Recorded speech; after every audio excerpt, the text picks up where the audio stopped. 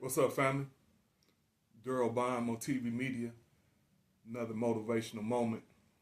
When we last talked, our last conversation or last little episode, I was talking about how I went and did that 6 years in the joint.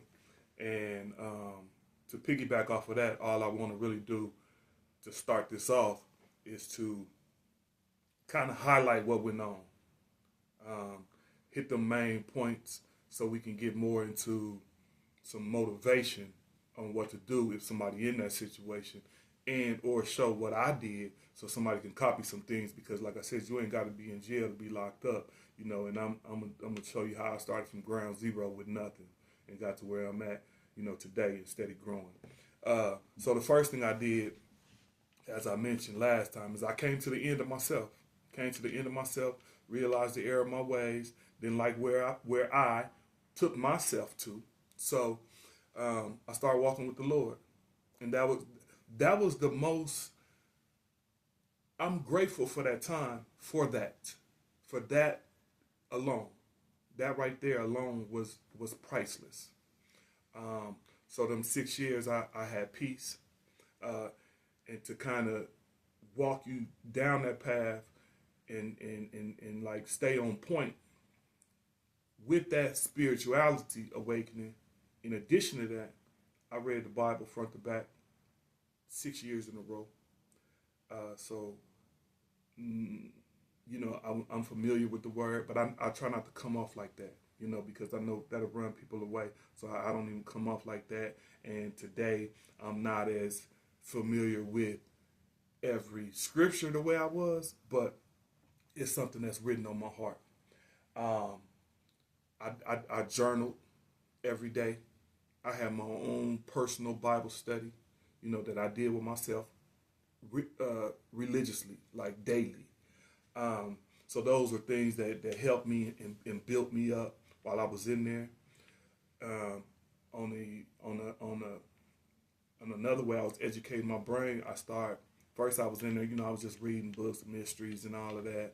Then I kind of evolved and start ordering magazines, business magazines, start learning about credit and different stuff, and just looking at different avenues on how I can maintain the type of lifestyle that I wanted in a legal sense.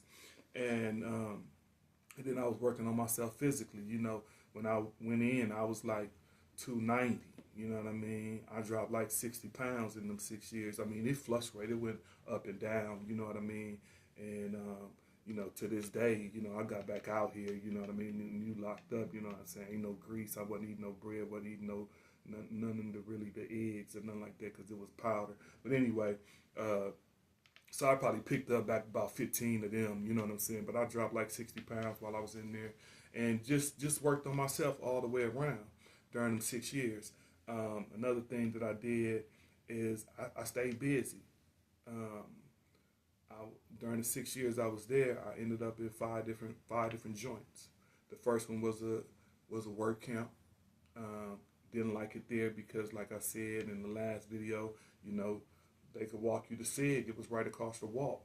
So I had to get up out of there. I did a little drug treatment program, um, transfer, realized, that they couldn't deny you for education transfer. So that all my transfers were educational.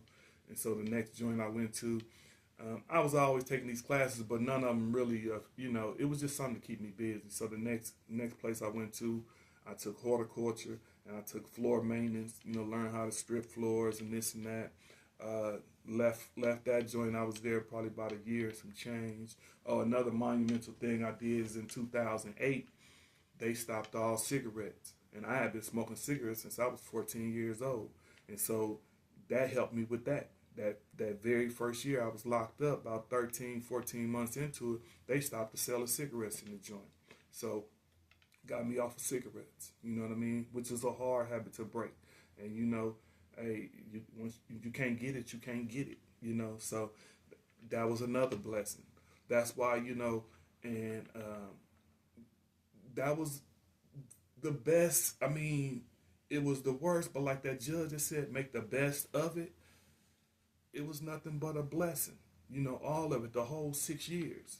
the whole 6 years was nothing but a blessing. And as I was getting familiar with the word and reading the word, and a pastor had once said, "Hey, you can omit your name, and I'm passing this along.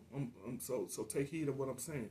You can read any story in the Bible and omit that person's name and put your name in there because don't have favorites. He just show favor.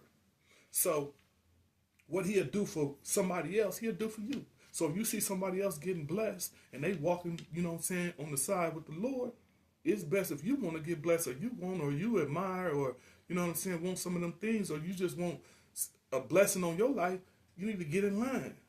Because see, he ain't got no favorites. He just show favor. And he looking for a contrite heart, somebody. But if you keep thinking you your own God and you're going to do it yourself and you're going to figure it out, then you're going to figure it out.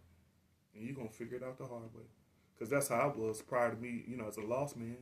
But anyway, so that was the up perks, From there, that one joint, like I said, I took horticulture, I took floor maintenance. That was it. That's all I could do there. They ain't had nothing else, so I bounced to another joint because I was trying to move around and kill time anyway. Went to the other joint, and I ended up becoming a peer educator. And what that was is like I worked for like the healthcare department, the nursing, whatever. And it was me and about 4 other brothers, you know what I'm saying? And we told people when they was coming in and when they was going home, we educated them on, sexually transmitted diseases and what they need to watch for when they get out and when they come home and all of this. And every time, even then, I would do this spiel like once a week. And I was only talking to them. I was talking to myself. And one of the things that I learned was that, about them people, places, and things when you go home. You know what I'm saying? What to watch out for on parole. We was just educating brothers on how to maneuver themselves back into society. And in addition to me doing the peer educating at that joint, I was also doing, took culinary arts. Excuse me. And with that culinary arts, I already knew how to cook, but I just knew, I learned the little things. And it was also one of my little hustles. But like I said, I got stories within stories, so I'm just trying to highlight things and this and that. But because of that little situation and me being in culinary arts and all of that, and me had a little hustle outside, that's what also got me sent up out that joint. Got into a little situation, had a little brawl over some change or where, somebody owed me some money for some, some things I'm bringing from the little culinary arts. They didn't want to pay. They thought I wasn't going to move. I moved it, you know what I'm saying? We ended up getting moved. We both, was in, basically talked it out. It's like, hey, man, we going to tell them we was horse playing. But then they called themselves, ended up doing me a favor, and they started moving the joints around. And since I was a low-level inmate with no tickets and all of that, they called themselves sending me to this place called Vandalia, which was kind of like basically a low minimum. But I had all type of where I had been. I had AC. We had ice machines in the day room. 90 channels on the TV, stuff like that.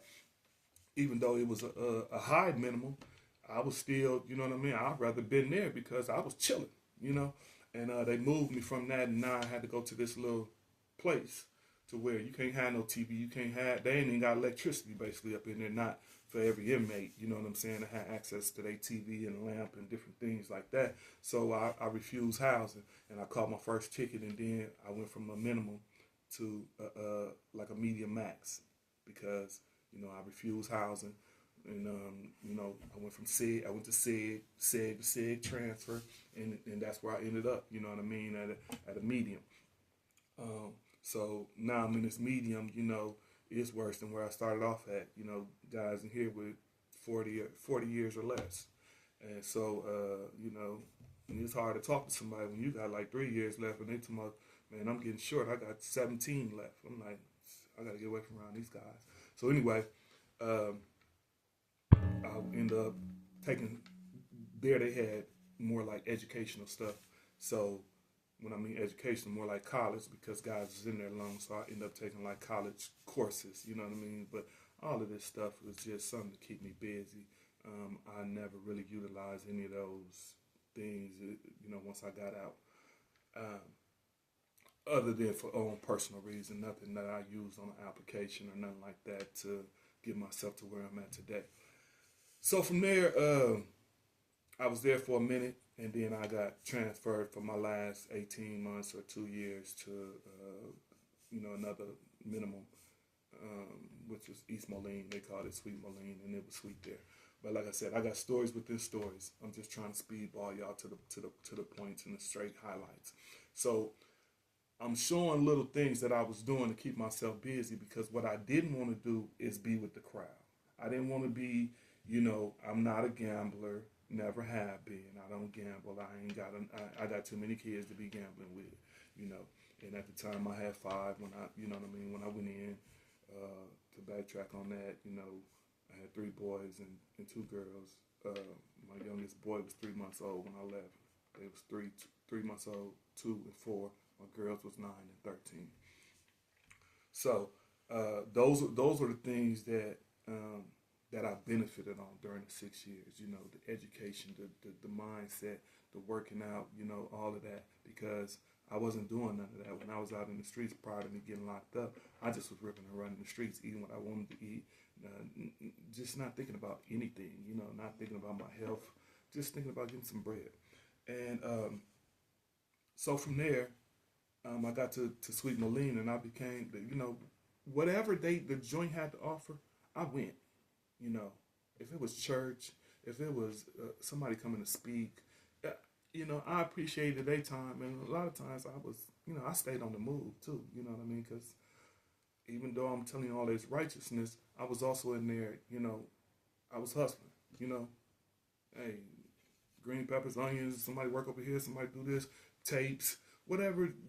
Anybody who locked up, they know what I'm saying. But if you don't, it ain't for you. Don't go there. Don't go put yourself in a situation to even try to find out what I'm talking about. And later on in life, or maybe at some point, I may do some private sessions and anything that I'm talking about that you want to know about. I had one person that I knew in my life whose grandson was in there, and she was very interested on how things worked and where her money was going and what's going on and this and that. So anybody who want to hit me up on the side later on, I ain't really open for them sessions right now because I got other things going on. But I don't have no problem with I'm sharing information. So with that, I get to down there to East Moline, Sweet Moline, and my last little couple years, year and a half or whatever, and they had this thing called Toastmasters. And like I said, I was involved in anything, any and everything, that was educational, positive, because I'm the train off the track. I'm trying to fix it. I'm trying to repair it. I'm trying to be the best version of me, no matter where I'm at. And so I got into Toastmasters, and what that was, if you don't know what that is just like people speaking, giving speeches, and learning about. And from there, it was people from outside that was coming in with the Toastmasters, and they was trying to move on me to do something like that once I got out. But I just didn't see the money, you know what I mean? And they was talking like it would come once you prove yourself. But I got kids, I got my own plan, and so my plan was when I got out was to move back to Indianapolis. And in order to get an interstate compact, and what an interstate compact is being able to parole from one state to another state. And so in order to have that, you got to have a loved one who live in the other state. And it can't be no boyfriend, girlfriend. It could be a wife, you know what I mean? But I had brother and sister, and that met the requirements. So I'm preparing to come home the whole time, the whole 6 years. Every day is preparation for me to get back home and live a righteous life. So it's time to get ready to come home, and I'm trying to do the interstate compact, but I'm getting ready to come home in November 15th, 2012. And so I said to myself, well, it's too close to the holidays. When you get this interstate compact, you're not going to be able to go home and visit because it's just not, that's not how it works. Wherever you're going, that's where you're going to go. They're not going to allow you all of these passes to, bounce state to state. because they don't know what you up to, and they're going to think the worst of you and these. So I just paroled to Peoria, to my younger sister crib. Couldn't parole to my mama's house because my younger brother was on probation and you can't be two fellas in the same house. And another thing I'm gonna give you out that I learned with this peer awareness thing that I told you about that I did. Here's some free game. All of it's free game, but it's little jewels within the free game. So this free game is this: no matter where you at in this country, when you get released, wherever you came from or wherever you going to, it's a bolo out. Be on the lookout. Be on the lookout. I'm gonna use myself because I'm never talking about nobody else, and I want everybody to learn from my examples. Be on the lookout for Durrell Bond. He's getting paroled to this address. He was just released for selling drugs. He's known to run with these type of people. He's affiliated with this gang. And so be on the lookout of him because he, in their mind, in the state thing, it's a revolving door. And then with that revolving door, they always looking at it like you're going to, within the first 60 to 90 days, you're going to revert back to who you was. So I gets out. Let's go back to the highlights. Highlights was all that education, just staying busy. But the biggest highlight of that was myself and the awareness of God and reading the Bible and just opening up my heart to all of that and putting that on the tablet of my heart and my mind. The downfalls was 6 years of not being in my kid's life, because all I ever was a father, and that's what was important to me, and I had been missing for 6 years. In addition to that, I mentioned in the last video, about 5-6 months before I came home, I went to the dentist, played ball, got fouled real hard, and ended up fighting that dude later on that night. And when I woke up the next morning, I had Bell palsy. Didn't know what it was at the time, but my whole face had collapsed. And I went to they couldn't do nothing for me. They gave me some steroid pills or whatever, and I chewed on a pen for a while trying to get my face right. But when my mama, when it was time for me to get released, that hurt my mama's heart to see me like that. But it was certain things in the Bible that I used to read that that I used to be of concern with. And not to go in too deep, but it's a part in there where it say, you know what I'm saying? If I can't do right by my eyes, take my eyesight, And when you're watching these videos, you may see me sniffle, slur. That's because, you know what I'm saying, with this, I'm losing muscle in my face. So, you know what I mean? I got to compensate for what my body should be doing. So anyway, those were the things, those were the negative things. And in addition to that, I lost everything that I had, which wasn't nothing really, you know what I mean? But I lost some relationships. And here I was 6 years coming home, and I want to build them relationships back. I want my kids. I want that love, because that's all I ever been. Since I was 17 years old, all I ever been was a father. Prior to that, 3-4 years before that, I was a gangbanger. But when I had my first child, that's what gave me meaning into life. And from there on, that's all I wanted to push on. So here it was, I had lost 6 years of their life. My oldest daughter was in college. My daughter up under her was in high school. And then I got boys that's 6, 8, and 10 when I'm coming home. Matter of fact, my boy was turning 10 a few days after I came home. So, to piggyback off what I'm just saying about the kids, right before I was going to come home, I get a visit from my younger sister brought my kids to see me. And my son, who when I left, he was 3 months old, he's sitting there across from the table, and he's sitting there saying, when my dad come home, I'm going to do this. My dad going to take me to the park. My dad going to take me to McDonald's. My dad going to do this and that, do this and that. And the whole time, his brother's tapping him like, this is your dad. But he just going on talking about all of these things that him and his dad going to do. You know what I mean? And the crazy part about it is when you're locked up, you got a little ID on you. You know what I mean? Clipped on you with your name and you know your ID number and all of that in the picture. And he paused and he looked at the ID. And when he paused, you know, that's when my other son said, "This is Dad." And that was a sad moment. You know what I mean? Because all he'd heard is stories from his brothers who and they was 2 and 4 when I left about all the fun things we gonna do when I come home. So speed pass on that. I come home. My mother, my brother, uh, my 2 sisters, they come pick me up. You know what I mean? We leave. Uh, I'm a slow pace this because everything from the day I get out, it's like a movie. It's like a movie, and they come pick me up. I ain't got nothing but some stuff that don't mean nothing to nobody but me. You know, I got a little laundry bag with I had basically sold all of my little. I had stuff in the joint, but that stuff that wasn't gonna mean nothing in the real world. Some tapes and stuff like that, and everything's clear, a lamp and blah blah blah, this and that. So I got some books and some paperwork and some journals and little stuff like that, and everything I had when I was in the joint I sold for for socks and t-shirts and stuff like that, and thermals and because I was coming home to nothing. I mean nothing. So I sold all of that. I'm coming home. I got this bag. We ride. We gets to my mom. She is hurting her feelings that my face. You know what I mean?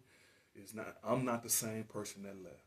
Not only physically, but mentally, spiritually, or you know what I mean, conditionally. You know what I mean? So, and the only thing I'm thinking about is I gotta make sure I don't run into me. This the only thing on my mind. I said I gotta make sure. I know they're gonna be circling my sister block, making it hard on me. Now I got some real issues I gotta face. I got some kids, I got some responsibilities, and in addition to all of that, I gotta take care of myself. And see, here's another 101 on what happens to people with them people, places, and things.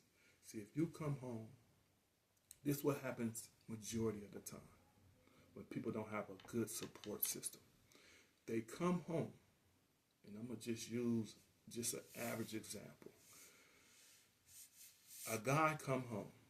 He come home to some female, and she wants to put her man back to where he was. But he's not the same person. But she's not thinking about that. She's thinking what the best situation is for her and her man. And so what she does is she buys him some clothes that she can't afford from the mall, straight off the mannequin, because she want him to look like the other guys, and she want to put him back to where he was. And then in addition to that, she go buy all of this food that she wouldn't normally do. She probably take some days off work. They lay up, they have good love, sex, and she's sucking and blah, blah, blah, blah, blah, right?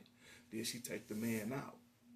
And I used to be guilty of this on the other end of that, of being the guy in the club. So you bring the guy to the club in his dressed up mannequin outfit straight from the mall. He looking like everybody else, just as fresh, if not fresher. And then he run into, let's just say, the old me. And the old me know that this dude used to get down, he used to get money, he was this and that, and I know he come home. I'm gonna buy him a drink or two. And I'm not doing this. I had to be in the situation to realize I was a bad person. You know what I'm saying, back then. But I would buy this man a drink or two, and I may give him $300 or $400, and I say, hey, if you need me, take down my number. And see what's gonna happen is that man gonna take the $300-$400. His woman gonna see him talking to the dude in the street that she know getting some bread, and he got the $300-$400, and they gonna eat and hang off all of that. And then what's gonna happen is a couple days later, she gonna say, baby, I ain't got no money for the bills or the rent or nothing because I just spent it all on you coming home. The outfits, the club, the drinks, the this, the that. I done missed a couple days at work, and she put all that pressure on that man.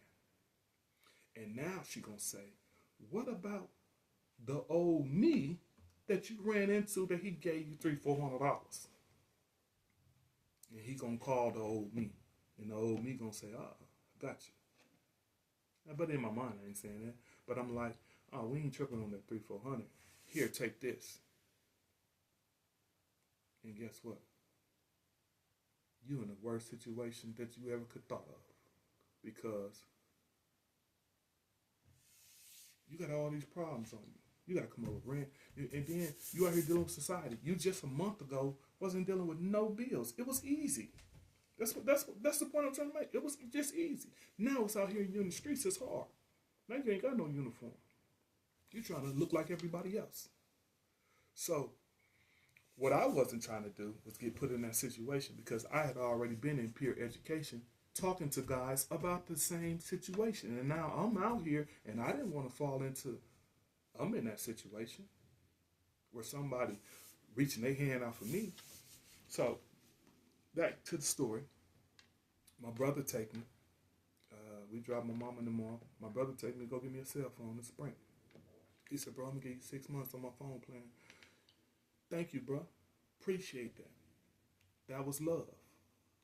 I come home. The cell phone was like I had never seen before. When I left, I was buying minutes. Not even everybody had a cell phone like they got them now, especially not no little babies and kids. So, man, the cell phone did all kind of stuff that it wasn't doing when I left in 2006. I don't even think you could text back then, let alone get on the internet and surf and fill out applications. Oh man, I went crazy. I went crazy with the cell phone. I didn't need nothing else. I was on that cell phone. I was trying to figure that cell phone out. And I don't know if anybody could relate back to them times, but from 2006 to 2012, the cell phone just, man, it was amazing.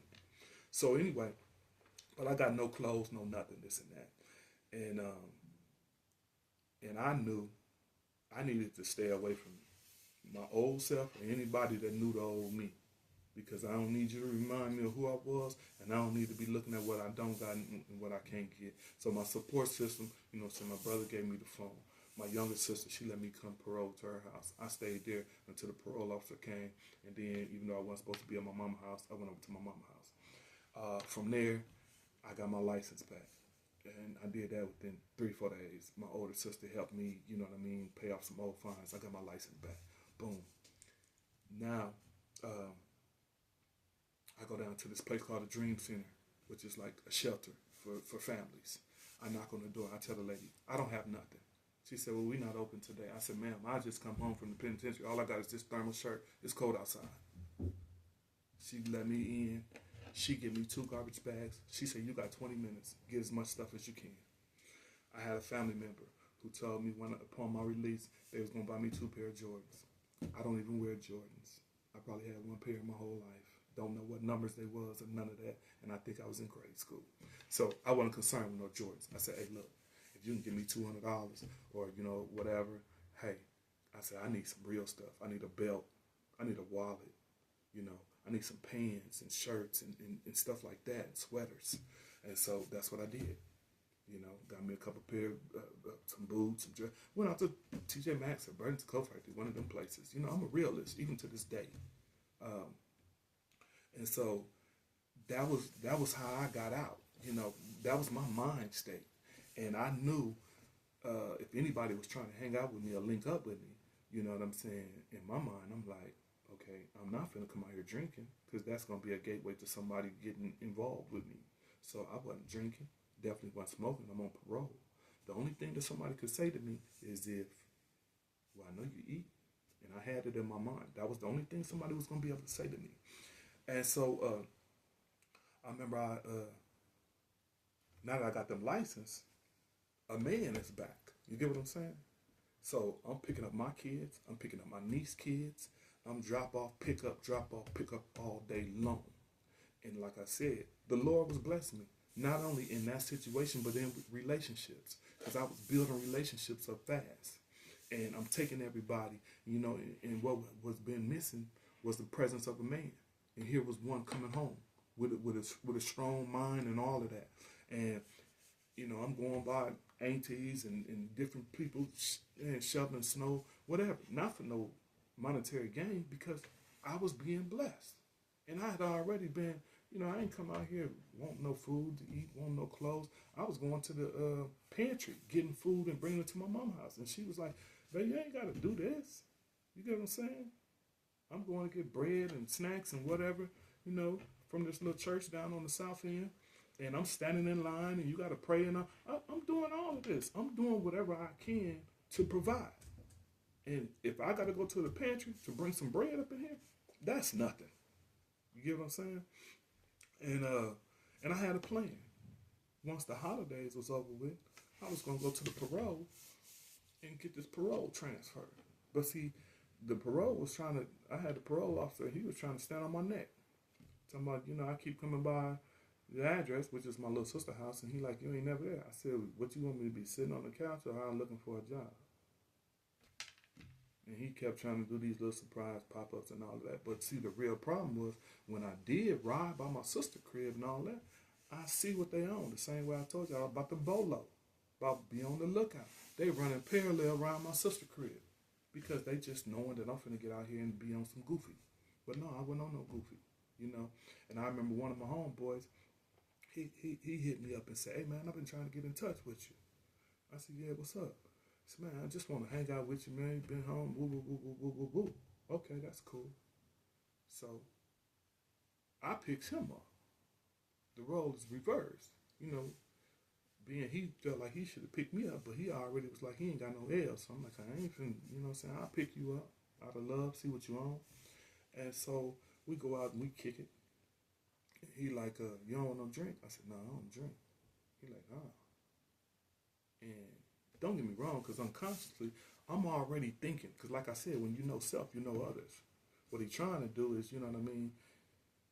And people don't know that they doing this. And I'm not saying nothing negative about him or nobody else, but he was trying to get some shine off me coming home. That he with me and this and that. But he saw once we went to the little first club, which was like a little early type of club with nobody in there, he saw the drinks wasn't going to happen. He knew the night was finna end shortly. So then what he said to me is like, hey man, if you need something, call me. No.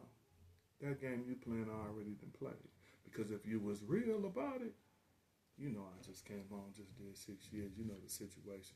You'd have just reached in your pocket and said, here, man. But I wasn't looking for nothing. You know what I mean? I was just trying to check the temperature on what was going on. And I'm like, man, I ain't trying to go to no club, man. I ain't trying to chase down no woman. I ain't, you know what I'm saying? I ain't on that. I ain't trying to get no bread. And I ain't trying to drink. So what we finna do? So I dropped them off. That was that. So it wasn't gonna happen. I wasn't out there trying to look for no fame. I wasn't out there trying to do none of that. So I'm laying low. I want to be a parent. I want to be a dad. I want to, be right. And I'm giving these stories because I'm trying to show guys you got to be strong, man. Because if you're not aware of yourself, it's gonna come from so many directions that you ain't gonna see it. Because it might be a female. It's gonna come at all your weaknesses. It's gonna come out of love. I remember months later, my brother was like, "Man, why you didn't want to drink when you first got out?" He kind of felt offended, and I said, "Bro, I was broke. Wasn't that I didn't want to drink, but if I come home and I start drinking, then what I'm gonna do the next day when you leave? You get what I'm saying? Then somebody else gonna be able to tempt me with a drink. But if I never get it, because I say I can't afford it, because then, and even prior to that, I've always been a one-man show. And if I can't afford it, I don't need to be doing it. And see, but prior to that, coming from that, growing up in the 90s, loony, I got 5 on it and all that, 5 on the drink, 10 on, you know what I'm saying? I wasn't doing that no more. If I need somebody to do something with, I don't need to be doing it. And that's anything. That's anything. I got homies be like, man, let's start a business together. Bro, if you need me to do it, you shouldn't be doing it. Because, we different. Everybody gonna want to pull a different way. It's unfortunate, but that's how it is. You know what I mean? I hope one day I get to a point that I can joint venture with somebody, meaning like put my money with you and let you do your thing and trust you and do it like a loan. But I'm not there right now, and I don't need nobody to do no dirt with or to do nothing positive with. Right? If I need your help, I don't need to be doing it. So when I came home, I didn't have no drink because if I get a drink with one person, then the next person, that's gonna be their gateway into my life. Man, let's get a bottle. Oh, I got it. And then here's the thing about doing things with people. You know what I'm saying? Another jewel I'm finna drop, and you can use this wherever you go in your life. It ain't just about something negative or whatever, but dealing with people. They always gonna take you further than where you wanted to go. They're gonna keep you longer than you planned on staying, and it's gonna cost you more than you planned on spending. And you can put that in any aspect. It's gonna cost you more. They're gonna keep you longer. You can pick somebody up for work. Y'all work at the same place. And I tell somebody, that ever ask me, I can't pick you up for work. Not on the way to work. I can take you home, but I can't pick you up. Because I know me. I'm going to be running a tight ship. Then that means I got to go out my way or wake up earlier to come get you. And if you're not Johnny on the spot, we already late. And that's affecting me and my household. And then usually, this is how most people are. They always want to stop on the way. Make you stop right here at the gas station so I can get some snacks or whatever. We could take it as something as simple as that. Or something extreme as going to the airport. Or somebody coming to pick you up. Y'all thought y'all finna go to the club. Next thing you know, y'all in jail. That's why I stay away from people. From them 3 points. If I need you to go somewhere, I'm already losing. I don't even need to go. Because you're going to take me further than where I wanted to go. You're going to keep me longer than I planned on staying. And it's going to cost me more than I planned on paying. So, I had all of these things. I had so much on my heart and my mind that I was like, I'm staying away from everybody. You know what I'm saying? And that was me coming home with nothing. So the first thing I did, I built relationships. I built a relationship with my kids, with my family. And then about 90 days in, I had to, I did the transfer. Because I wasn't working in Peoria. I didn't need to. I'm dropping out, picking up people. You know what I'm saying? I'm a factor in their life. And I was already living off of nothing. And I'm going to that's why it's easy to start from nothing. That's why that's probably why you see guys who come home from the joint that run circles around people who've been out here because they start from nothing. So I didn't have nothing, and I didn't need nothing. I didn't want to go out to eat at places. I wasn't in no club. I didn't have no finances. I didn't have nothing weighing me down. And what I was given was my most valuable resource that I learned that they took from me, my time. Time is your most valuable resource. That's why they take it from you. That's why the richest people in the world, if they decide to sit them down, there ain't nothing they can do about it because you can't pay for time. So anyway, I built some relationships with my kids, and I basically stayed out of sight. Them 90 days went by, and I got my parole transferred out to Indianapolis. And I had all these tools on my heart and in my mind, you know what I'm saying, and on my tongue. So I get to Indianapolis. I'm staying with my sister. She had just went through a divorce. She got 2 cars that my mama helped her pay off the one. And boom, it's a blessing. I get the car. I move into her house. I'm out here in Indianapolis. And I go get me a job detailing cars. You know what I'm saying? They was paying like $35 a car. I used to try to do 2 or 3 a day. And I did that. And I went and got I was just filling out any and every application. And I remember I drove. I was living like on the southeast of town. and I drove like 40 miles for a job that I knew they wasn't going to hire me, but it was a job fair. And what was I doing? Nothing. So I went to the job fair. I was applying for any and everything, and the fact that I could do it over the phone was the sweetest thing that I ever could imagine, because like I said, prior to me going, you couldn't do none of this stuff over no phone. And so I said that to say, I go apply for this job, and the lady interviewed me, and she just looked at me and she said, "Why would you come? How far you live?" And I tell her, and she say, "You drove all this way out here?" I said, "Yeah, ma'am." I said, "Y'all said y'all was hiring, and I need a job." I said, "I'm not gonna put myself in a situation where I think that I'm not gonna discount myself out. I'd rather ride out here and you tell me no." She said, "I like the fact that you rode out here. And my husband got a cleaning business. And you mind if I give him your information?" I said, yeah, that's fine." And so she did. And he ended up calling me probably 3-4 days later. And he offered me a job and showed me, clean these little offices or whatever. He was going to pay me under the table, you know what I mean? Wasn't nothing like $200 a week, you know what I mean? But it was like, I could knock it out in like 3 hours if I'm hustling fast or whatever. And I had all day to do it. Or, anytime after 5 p.m.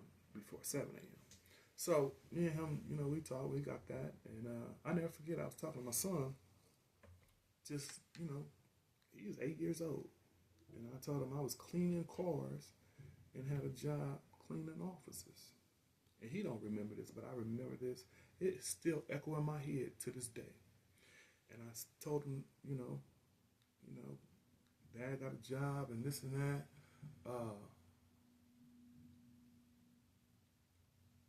Cleaning cars and cleaning offices. And he said, "Oh, Dad, you can do better than that." My 8-year-old son said, "Oh, Dad, you can do better than that."